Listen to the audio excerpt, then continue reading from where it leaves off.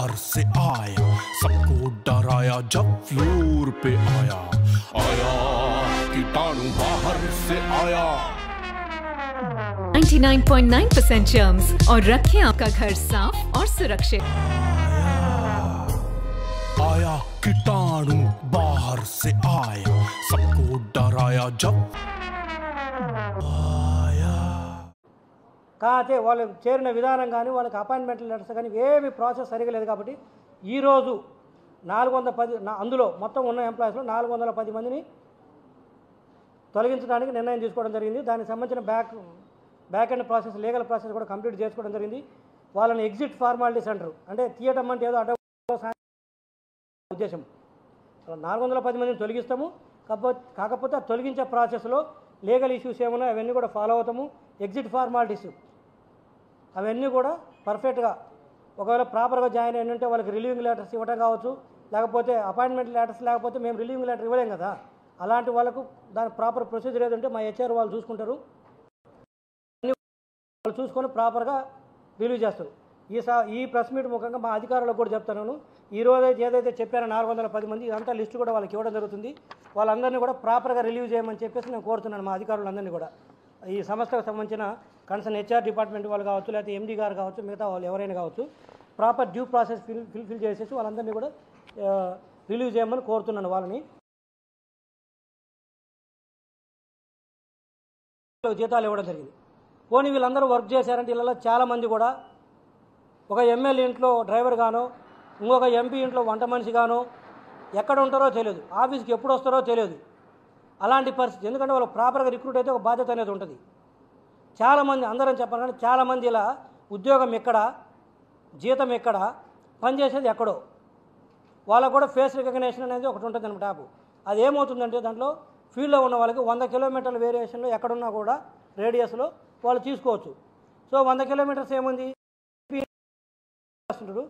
వాళ్ళ డిహెచ్క్యూ ఉంటారు, మాకు డిస్ట్రిక్ట్ హెడ్ క్వార్టర్స్ లేకపోతే మా సంబంధించిన ఆఫీసెస్ దగ్గరలో, అక్కడి నుంచి 100 కిలోమీటర్స్ ఏ ఏరియానో వస్తుంది. వాళ్ళ ఇళ్లలో పని చేయటము, అక్కడి నుంచి అటెండెన్స్ చేయటము, అక్కడ పని ఇక్కడ జీతమా, ఎవడిస్తాడు ఈ డబ్బంతా? అంటే ప్రభుత్వ ఖజానాకు మీ ఇష్టం వచ్చినట్టు నష్టపరుస్తారు, ప్రజలు కట్టిన పన్నులు మీ ఇష్టం వచ్చినట్టు తీసుకెళ్ళిపోతారు. అంటే ఈ సంస్థలో ఇంతమంది ఉద్యోగుల్ని ఇంత ఇర్రెగ్యులర్గా అపాయింట్ చేశారంటే ఏ స్థాయిలో గవర్నెన్స్ నడిచిందో చూడండి. ఇది నేను ఇప్పుడు ఈ ప్రెస్ మీట్ చూసే ప్రజలను కూడా నేను కోరుకున్నది ఒకటే, మేమేదో ప్రభుత్వం మారింది కాబట్టి వైఎస్ఆర్సీపీ అధికారంలో ఉన్నప్పుడు వాళ్ళ వ్యక్తులకు ఉద్యోగాలు ఇచ్చారు కాబట్టి వాళ్ళ మీద కక్షతోటో ఈర్ష్యతోటో లేకపోతే పగ తీర్చుకోవాలని మేము ఉద్యోగాల నుంచి తీయట్లేదు. ఏ ఉద్యోగస్తునైనా రమ్మని చెప్పానండి, ఇదిగో నాకు ప్రాపర్గా నేను రిక్రూట్మెంట్ చేశారు, లేకపోతే నేను రిక్రూట్మెంట్ చేస్తే నేను ప్రాపర్గా అటెండ్ అయ్యాను, నేను వాళ్ళకు తొత్తులుగా పనిచేయలేదు, లేకపోతే రోజు ఆఫీస్కి వచ్చాను చెప్పానండి. మరి ఇంత ప్రాపర్గా ఇన్ని చేస్తే ఎందుకు దాదాపు ఈరోజు 2160 కోట్ల రూపాయలు అప్పుల్లో ఉంది. 1260 కోట్ల రూపాయలు బ్యాంకుల నుంచి తెచ్చిన అప్పు మీకు తెలుసా. కాంట్రాక్టర్లకు, సప్లయర్స్కు అప్పు ఈ సంస్థ ఈరోజు 900 కోట్ల రూపాయలు బాకీ పడింది. ఏం చేశారని 900 కోట్లు ఆల్రెడీ డ్రా చేసిన అమౌంట్ కొంత, ఇది ఇంకా బాకీ పడిందంటే అంటే ఇంతమంది ఉద్యోగస్తులను ఏం పని చేశారు? మరి ఇంత పని చేస్తే ఈ సంస్థ ఈ పరిస్థితికి ఎందుకు వచ్చింది? మొన్న కూడా చెప్పాను, ఈ సంస్థ దివాలా అంచులో ఉందని. 2019లో బ్రహ్మాండంగా వెలుగొందుతున్నటువంటి సంస్థ ఒక 5 సంవత్సరాల్లో ఇంతమంది ఉద్యోగస్తులను దివాలా, ఇదిగో ఇలాంటి ఉద్యోగస్తులు ఉండటం వల్ల, వచ్చి పని చేయకపోవటం వల్ల ఇది 410 మందిని తీసేస్తున్నాము. ఎవరైనా సరే ఏదో మేము అడ్డగోలకు తీసినామనుకుంటే నేను ఇంకా ఒక ముక్క చెప్తున్నాను, ఉద్యోగస్తులు కూడా ఎవరైతే వాళ్ళందరినీ తొలగిస్తున్నాం మీ మీద ఇంకా ఎంతో మీరందరూ సరే తెలుసో తెలియక వచ్చారో ఆ ఫార్మాలిటీస్ ఆ రోజున అధికారులు చేయాలి. జరిగింది ఒకటే చెప్తున్నాను, వాస్తవంగా చెప్పాలంటే మీ అందరి నుంచి రికవరీ పెట్టవచ్చు శాలరీస్.